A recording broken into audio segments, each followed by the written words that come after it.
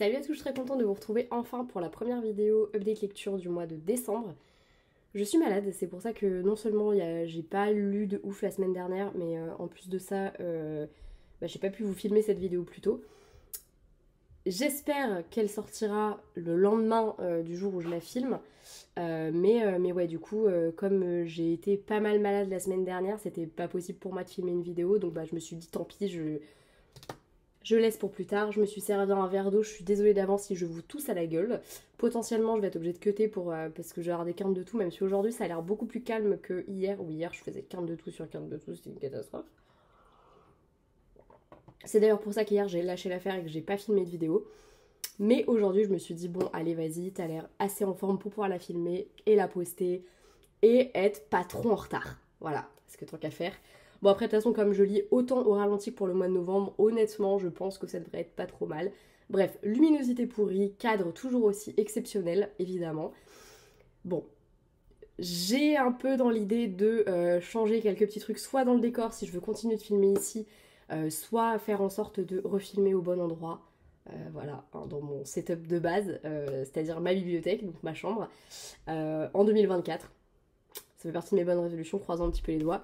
Bref, comme je vous l'avais dit, le mois de décembre pour moi était sous le signe des romances de Noël et je suis complètement dans cette ambiance en ce moment. J'en ai 3 à vous présenter. Il faut savoir que j'ai commencé le mois avec une romance, que j'ai tellement peiné à aller au bout que j'en ai commencé une autre et lu une autre d'ailleurs avant d'avoir terminé la première. Du coup, je vais vous parler en premier de ce petit bouquin, Le mariage parfait d'une accro à Noël de Laura Wilde aux éditions Hugo. J'ai adoré la romance presque parfaite d'une accro à Noël de la même autrice. Je me tâtais un petit peu à prendre les deux suites, donc ils sont sortis cette année, Le mariage et Le bébé plus que parfait d'une accro à Noël. Et comme j'ai beaucoup aimé le premier volume, c'est vraiment tout ce que j'aime de la magie de Noël, j'ai craqué pour ce second volume. Et là, comme je sentais que je pataugeais un peu dans ma lecture, je me suis dit, allez, vas-y, lis-le, accorde-toi ce petit bonbon. On est sur un livre qui est tout petit et qui est très addictif parce qu'en soi, on va suivre Zoé que l'on a découvert du coup dans le premier tome. Zoé qui est une femme qui est tellement passionnée par Noël qu'elle en a fait son boulot.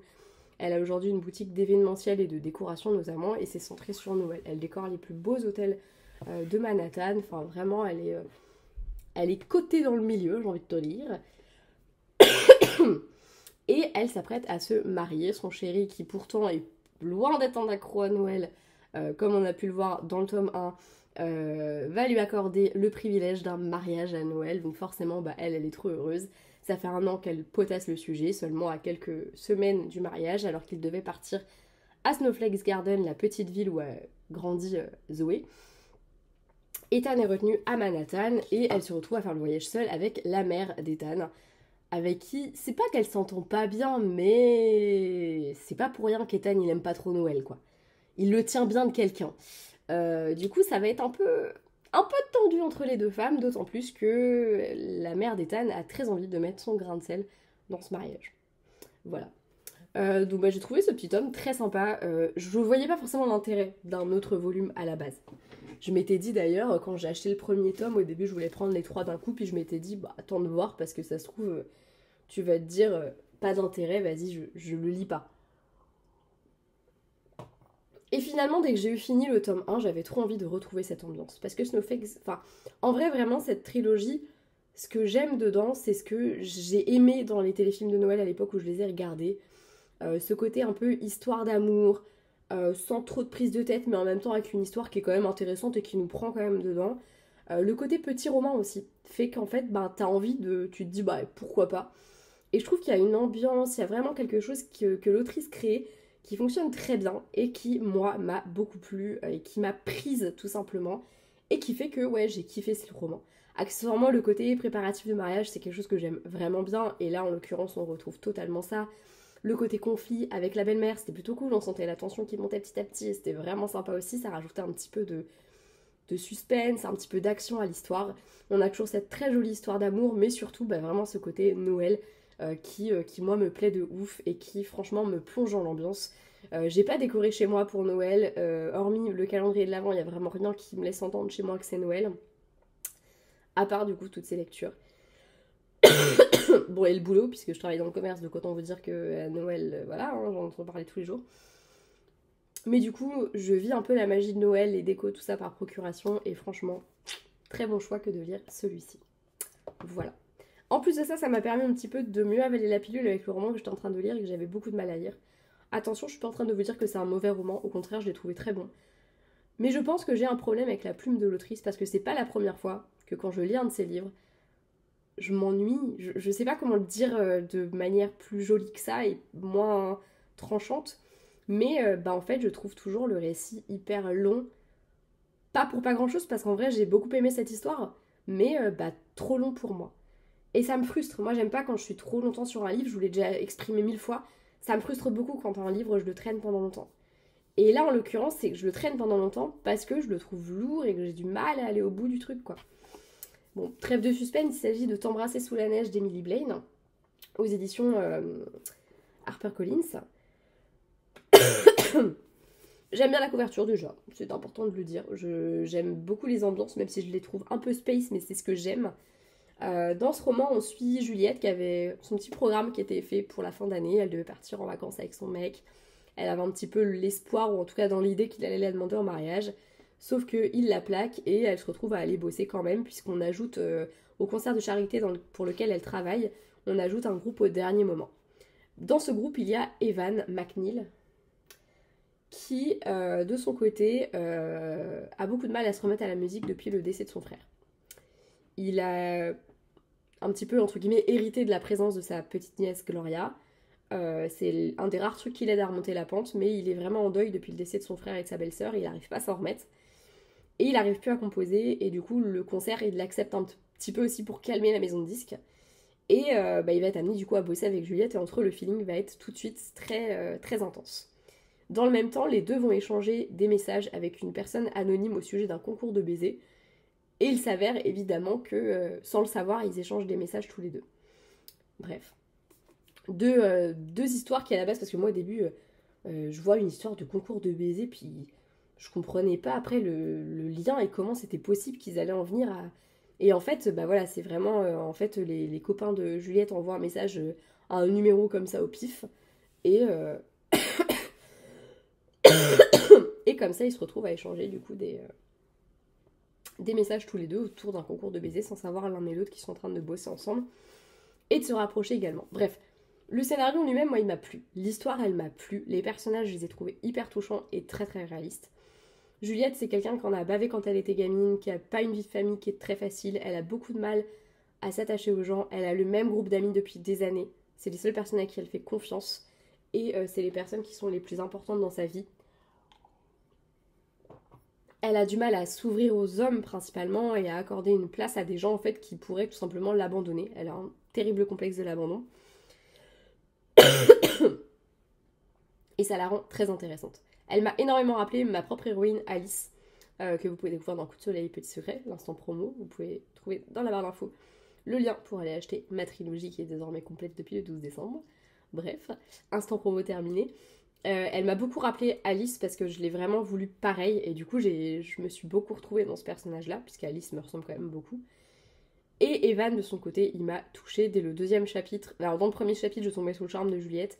Deuxième chapitre, on suivait le point de vue d'Evan et je pleurais littéralement parce que son deuil était tellement intense et bien écrit et c'était beau que ouais. Il fallait que j'ai une réaction et cette réaction c'était des larmes. Donc il fonctionne ce livre, il fonctionne carrément et je suis passée à côté parce que je l'ai trouvé très lent. Il y a beaucoup de longueur à mon sens, il y a vraiment des moments où pour moi il se passe... Enfin c'est pas qu'il se passe rien, je saurais même pas dire en fait. C'est vraiment, je l'ai trouvé lent. Voilà, j'ai pas d'autre façon de le dire parce que... Je sais pas. Et c'est pas la première fois que les romans d'Emily Blaine me font cet effet-là, donc je pense vraiment que c'est la manière dont on narre l'histoire, dont l'autrice narre l'histoire qui ne me plaît pas. Enfin, qui ne me plaît pas. C'est pareil, en plus, vraiment, j'ai aimé la plume, j'ai aimé l'histoire et tout, donc c'est ouf. Mais il y a vraiment ce truc qui fait que, en fait, je ressors de ma lecture un peu... pas déçue, parce qu'au final, j'ai quand même bien aimé ce que je lisais, mais plutôt, en me disant, ouais, je me suis fait chier un peu parfois. Et surtout, à la fin, j'avais juste envie de terminer le roman, parce que ça faisait 10 plombs. En fait, c'est ça, c'est que, comme je le trouve lent, j'ai du mal à avoir envie de le lire. Du coup, je le traîne et ça me frustre beaucoup. Voilà. Et voilà. Malgré tout, encore une fois, c'est pas du tout un mauvais roman, moi je l'ai beaucoup aimé. En plus, je me suis acheté le reste de la trilogie, puisqu'on va suivre les autres membres du groupe dans lequel joue Evan. Et j'ai très envie de les lire, j'ai envie de savoir. Mais je sais que je vais pas les lire là. Je sais que là, ce sera pas pour cet hiver-là et que je vais probablement me les garder pour l'année prochaine. Ou pour plus tard dans l'année aussi, parce qu'on n'est pas obligé de lire des romances de Noël quand c'est Noël. Mais voilà, je sais que là, je veux pas d'autres romans de l'autrice dans les médias. Parce que j'aime sa plume, j'aime ce qu'elle écrit, mais j'ai quand même des soucis avec aussi une part de sa plume, hein, je pense, voilà. Malgré tout, encore une fois, je trouve qu'elle écrit très bien et qu'elle a su créer des personnages qui m'ont vraiment touchée. Des personnages qui sont très empreints de réalisme, une situation qui est pas facile, une histoire qui est hyper... Enfin, vraiment, j'ai adoré cette histoire malgré tout. Mais, et c'est un gros mais, parce que moi, ça m'a beaucoup gênée dans ma lecture, et c'est ce qui fait que je l'ai traîné pendant 10 plombes et que j'avais pas envie de le lire, pour être très honnête. Je pense que je l'aurais pas lu si j'avais pas été travailler au chalet Cultura qu'on a dans la galerie marchande d'un magasin. On loue un chalet. Et en fait, j'avais tellement personne que j'ai passé ma matinée à lire quasiment. J'ai dû encaisser 5 clients dans la matinée et encore, je suis gentille. Donc bah ouais, j'ai lu parce que bah là, en fait, j'avais que ça à faire et je me suis dit, bah non, mais tu le finis, vas-y. Hein. Et sinon, je pense que... Et pareil, si j'avais pas acheté la suite et tout, je pense que j'aurais abandonné ma lecture. Parce que c'était trop lent, trop lourd pour moi. Et voilà. Malgré tout, encore une fois, je critique pas le travail de l'autrice parce que j'ai beaucoup aimé son histoire et je trouve qu'elle a une jolie manière d'écrire, qu'elle crée des personnages qui sont hyper bons. Mais voilà, je n'accroche pas à la plume. Enfin, je n'accroche pas à la plume. Je sais pas comment... En fait, c'est fou parce que j'aime bien comment elle écrit malgré tout. Hein.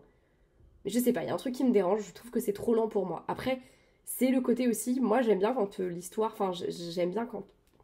J'aime pas quand ça tergiverse, que t'as beaucoup de blabla et tout ça. C'est un truc qui m'énerve. Et du coup, je pense que c'est un petit peu le problème du roman, même si j'ai pas toujours eu l'impression que ça tergiversait, mais je l'ai trouvé long quand même. Je sais pas. Je vous dirai pour les prochains. Puis j'en ai pas mal d'Emily Blaine dans ma pile à lire, parce qu'en plus, bah, quand j'étais en train de le lire, comme au début j'adorais, bah, j'ai acheté plein d'Emily Blaine, je sais pas pourquoi. Et au final, ben... Je pense, ouais, que sa manière d'écrire, il y a un truc qui passe pas avec moi. C'est pas que ça me plaît pas, mais ça passe pas. On verra bien pour les prochains, je vous en reparlerai.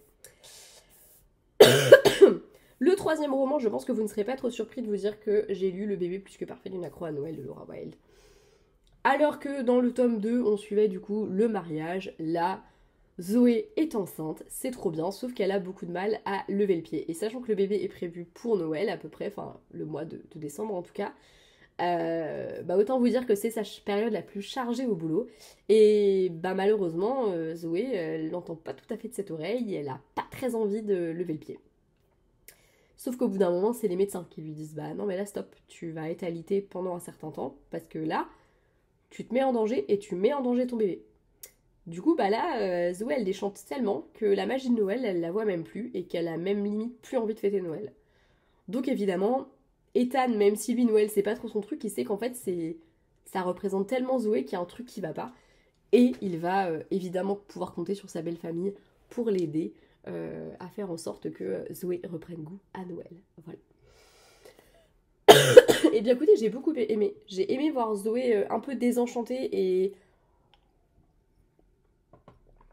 et quelque part découvrir une autre facette de sa personnalité. Une Zoé peut-être plus fragile, peut-être aussi. Voilà. J'ai trouvé que ce petit tome, il était très sympa, qu'il concluait très très bien la trilogie. J'ai beaucoup aimé le petit clin d'œil à la mère de la ville, qui a le nom de l'autrice. Et qui justement dit un petit peu adieu à la ville. Et j'ai trouvé que c'était très intéressant comme manière de le mettre dedans. J'ai trouvé ça très drôle et ça reste typique de ce que l'autrice nous montre un peu sur les réseaux au sujet de cette saga. Donc j'ai trouvé ça très très cool. J'ai aimé voir Zoé grandir au fur et à mesure des tomes et devenir cette femme, cette maman. Et ouais, je suis très contente d'avoir donné sa chance à cette saga. Je vais pas épiloguer pendant 10 ans sur ce tome-ci en particulier. Je pense que je vais un peu clôturer sur la saga de manière générale parce que, bon, encore une fois, c'était très sympa. C'est un tome qui est très court, il se dévore littéralement. T'es super content de retrouver Zoé, de retrouver tout le monde. T'as cette magie de Noël qui est encore là, même si Zoé, elle peine à la voir, bah, petit à petit, hop, ça revient. T'as toujours la famille de Zoé qui est présente. Tu as Ethan, c'est une très belle histoire d'amour comme d'habitude. Et ouais, j'ai pris beaucoup de plaisir à redécouvrir un petit peu ce petit monde, à les retrouver. Et la boucle est bouclée, donc j'ai envie de dire, bah voilà, c'est parfait.